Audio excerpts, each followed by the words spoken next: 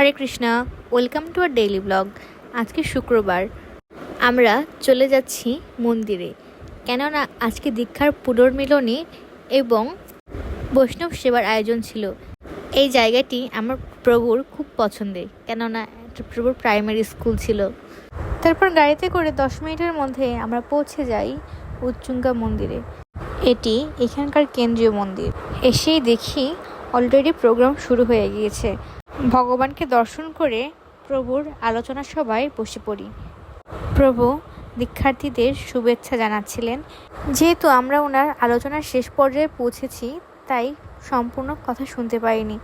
এরপর শ্রী শ্রী নীলাচল মন্দিরের প্রেসিডেন্ট শ্রীপাদ জগদানন্দ পণ্ডিত দাস প্রভু লেকচার শুনছিলাম।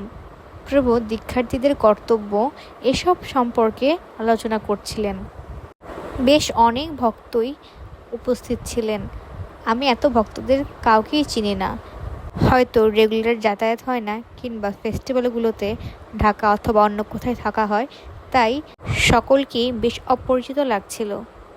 এদিকে জগদানন্দ প্রভুর লেকচারের পর প্রধান অতিথি শ্রী রূপচন্দ্র শ্যাম দাস ব্রহ্মচারী প্রভু, যিনি কুমিল্লা বিভাগের সাধারণ সম্পাদক, উনি প্রবচন দেওয়া শুরু করেন। উনি প্রায় 40 মিনিটের মতো ভক্তদের কর্তব্য, আচার আচরণ থেকে শুরু করে কীভাবে ভক্তি জীবনে অগ্রসর হওয়া যায় সেই সম্বন্ধে লেকচার দিচ্ছিলেন। এরপর শুরু হয় ক্রেস্ট প্রদান। আপনারা সবাই জানেন, কিছুদিন আগে কুমিল্লা মন্দিরে শ্রীজয় পতাকা স্বামী গুরু মহারাজ অনলাইনের মাধ্যমে দীক্ষা প্রদান করেন। সেই দীক্ষা অনুষ্ঠানে আজ পুনর্মিলনী এবং বৈষ্ণব সেবা, এবং সেই সমস্ত ভক্তদের দেওয়া হচ্ছে ক্রেস্ট। প্রায় 54 বা 57 জন ভক্তকে ক্রেস্ট প্রদান করা হয়।